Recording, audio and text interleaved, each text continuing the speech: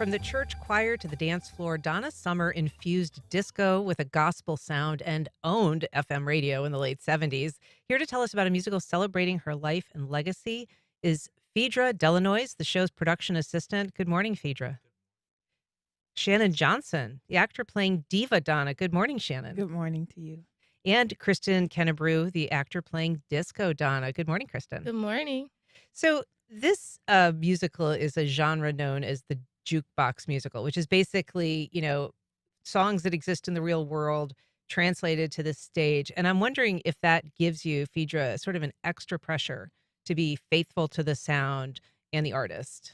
It absolutely does, but it's a challenge that thankfully I get to rise to with an amazing cast. It's the music, you get this infusement of positivity and enjoyment from the cast already, or excuse me, from the audience already, because they're familiar with the music. So they're dancing and singing along, and it just is that extra jolt of positivity that just pushes us forward. Yeah, because they're coming as fans. Mhm. Some of them passionate fans, I'm certain. But this is a show where there's actually three Donnas. And so, Shannon, you play the Diva Donna. Yes. Tell us a little bit about what that particular aspect of her character is like and where it takes place in the musical. So I am actually reenacting her life as, as the star diva, Donna in the show, and so I'm And she's kind of the original diva, right? yes, Yeah. yes. So I'm telling her story, and I hope I do it well.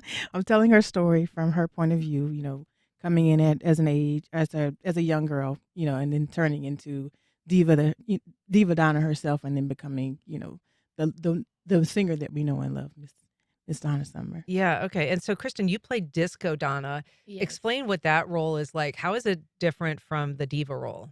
It's different in the sense that we have Diva narrating the story, so Disco is kind of like in the moment and you're seeing everything happen from her point of view at that time.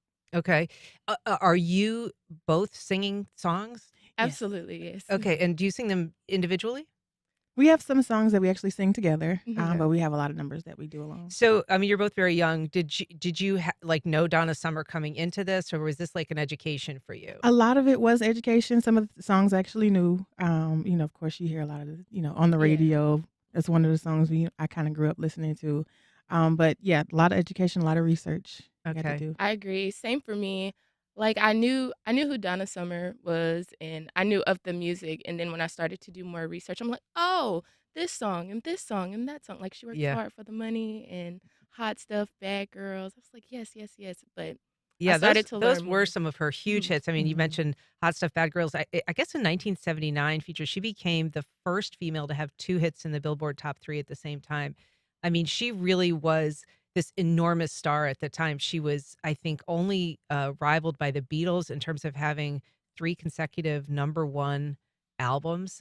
She was the first solo artist to do it. I mean, she was Mhm. huge. I mean, she was a force in music and still informs how a lot of artists and music is informed to this very day. And that's what's so encouraging about getting to participate in this kind of show. Um, Influential women that have shaped culture through something that they're passionate about and that they love. And Donna Summer was a living embodiment of that, of how music and culture really come together and make something spectacular. Um, she had a complicated life. I mean, she wasn't just, a singer and an enormous success, especially in the disco era, late Mhm. 70s, early 80s. She, had a suicide attempt Mhm. after a huge hit of hers. I mean, she was a very successful, musical artist, but was having some struggles in her personal life. So is how much of that is a part of the script of this musical? It's such an important part of telling the story of Donna Summer is a lot of the adversity that she faced in her life informed so much of what she did moving forward. And so it's Coleman Domingo, who wrote the show, made sure that we didn't just center on all the glitz and the Mhm. glamour, that it was counterbalanced by what made her crave that stardom in the first place. Mm. And her roots were in like a gospel Yes. choir. I mean, she really started in the church. and took that sound and transformed it into what was then really a new musical form that, Mhm. she helped define. So how do you kind of tell that part of her story, that musical evolution? So they do go in depth. They talk about, how she grew up in the church and that's where she really kind of found her voice, where she kind of found her footing is, oh, I can actually do this. I can sing. I have a voice, even though Mhm. I'm not the first that I would think to be picked, I still have a voice. And we tell that story. We talk about her in her younger years when she, first started singing and how she kind of developed that sound from there. And Kristen, what does the Disco Donna kind of present as on stage? That must be very fun, I would think. Oh, yes. She is very much like myself. I was like, okay, I relate to Donna some because she's very bubbly, goofy, and quirky. Mhm. So I was like, okay, I resonate with that a lot. And this is an ensemble production, of course. It is at Players by the Sea. It is runs through December 22nd, and there are Friday and Saturday night shows at 8. There's Sunday shows at 2, and you can get tickets at playersbythesea.org. Yeah. Mhm. All right. Playersbythesea.org. Yep, All yep, right. yep. December 6th through December 22nd. Yes. All right. Well, Phedre Delinois, Shannon Johnson, Kristin Kenebrew, thanks so much for being here. Really appreciate it. Thank you for Thank you so having Thank us. much. you. All